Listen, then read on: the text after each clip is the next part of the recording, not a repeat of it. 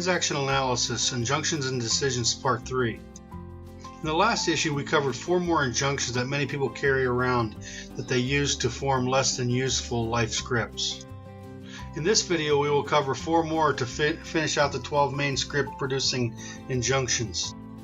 In this video, I will reference a previous video quite a lot. It's titled A Fuzzy Tale. As we stated earlier, these injunctions come from the parent's adaptive child ego state. This means that we are starting from a point of a lack of sufficient positive strokes the parent received as a child. This deficiency manifests itself on the types of injunctions or commands the parent gives his or her own child. These commands aren't your typical clean your room or wash behind your ears injunctions. The whole goal of them is to ultimately validate the parent's wounded adaptive child ego state. That is why adaptive children tend to produce adaptive children, so to speak. In other words, I solve my puzzle by taking pieces from your puzzle, so you pick up the missing pieces from your children. The first injunction in this issue is don't be close. This can be caused by parental nonverbal cues that mommy likes you better when you don't bother her. This is analogous to what we learned in the negative stroke economy. Don't ask for strokes when you need them. This injunction is caused by another point in the stroke economy as well. Don't give strokes when you have them to give. It is exactly what we saw in Claude Steiner's story on the stroke economy, A Fuzzy Tale. The 2 main characters at the beginning of the story were giving out positive strokes to their heart's content. Everyone in the society was mentally flourishing because their emotional needs were being met. That is, until the witch came. The witch first convinced the boy, or the man actually, that if his girlfriend or wife spent too many warm fuzzies or positive strokes on other people, that there wouldn't be any left for him. Now, she still gave him positive strokes, but she starved her friends and probably sparingly doled out warm fuzzies to him. In the case of a parent giving this don't be close injunction to a child, the parent is acting out his or her adaptive child, like we said before. This same child probably was not close or didn't receive warm fuzzies from its parents, so the witch's lie that there are only a few warm fuzzies in the bag becomes a reality. The witch is a critical parent who, being an adaptive child itself, has but a few warm fuzzy bargaining chips in her bag when she wants something from her children. Thus, the child won't get close to the critical parent because he or she knows that more likely than not, there won't be a warm fuzzy in the bag for her. This injunction has a counterpart: don't trust people. For instance, if one's authority figure wasn't a reliable source for positive strokes, a child can make the generalization that people cannot be trusted. This adaptive child will express verbally as an adult how everyone is out to get him. Enemies are lurking behind every bush waiting for the attack. You may notice a trend in the behaviors produced by these injunctions and the scripts they form. There is a generalization from the particulars of life events to an overarching rule. This is called a life script, like we went over in some of the Sandler IR theory. That is why we talked about the map not being the territory. These maps are merely childlike generalizations about reality and form the tracks upon which one's life train rarely deviates. The key for the individual who wants to get off this train is to realize that the witch is a liar. This individual is not likely ever to get the positive strokes it needs from its critical parent.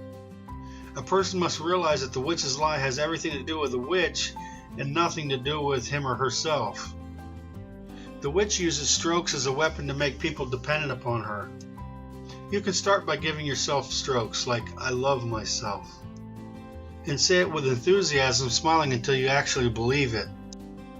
In the negative stroke economy, we saw that the witch crashed the positive stroke economy where strokes were once given freely.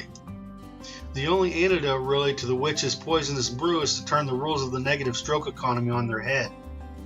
Number 1, give strokes when you have them to give. Ask for strokes when you need them. 3, accept strokes if you want them. 4, reject strokes when you don't want them. Give yourself strokes.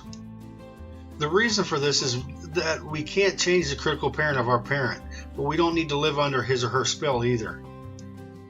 We don't have to fall for the witch's lie in a fuzzy tale. The next injunction is don't be well or don't be sane. Take for example a little girl that is most often stroke deprived. She suddenly falls ill, and mother, who is usually distant, begins to fawn over her to the point that the little girl's positive stroke meter goes to full. This girl decides that if she is to get the stroke she needs to emotionally survive, she's better off being sick. Now, of course, this is not necessarily a verbal injunction she hears from her parents. It's one she deduces from nonverbal cues for the most part. And as adults, many people would rather be sick as a means of gaining the strokes they were deprived of as children. A more extreme version is don't be sane. This is often brought about when the only way a child can get attention is to act crazy. The child is not acting crazy for no reason. We will see as we study games in transactional analysis a little later that the stroke economy, stroke hunger, is the basis for every transaction not carried out in an adult ego state. We'll see that people obey the witch's orders not to ask for strokes or freely give them, so they have to go and sneak one out of the cookie jar, so to speak. They have to play a game. Every adaptive child in critical parent behavior is looking for a psychological payoff, and we'll more focus on the adaptive child. That's because these ego states just don't have the witch's permission to ask for the positive strokes directly. And this is exactly why, as we covered earlier, 99% of the population cannot separate their identity from their roles in life. Strokes are rewards for good behavior, not for being you. On the witch's report card, then, your worth is only as good as your behavior. Believe the witch, and your self-esteem will only be as good as the grade she gives you. The next injunction is don't think. One variation of this type of injunction comes from the parent's belittling of what the child said.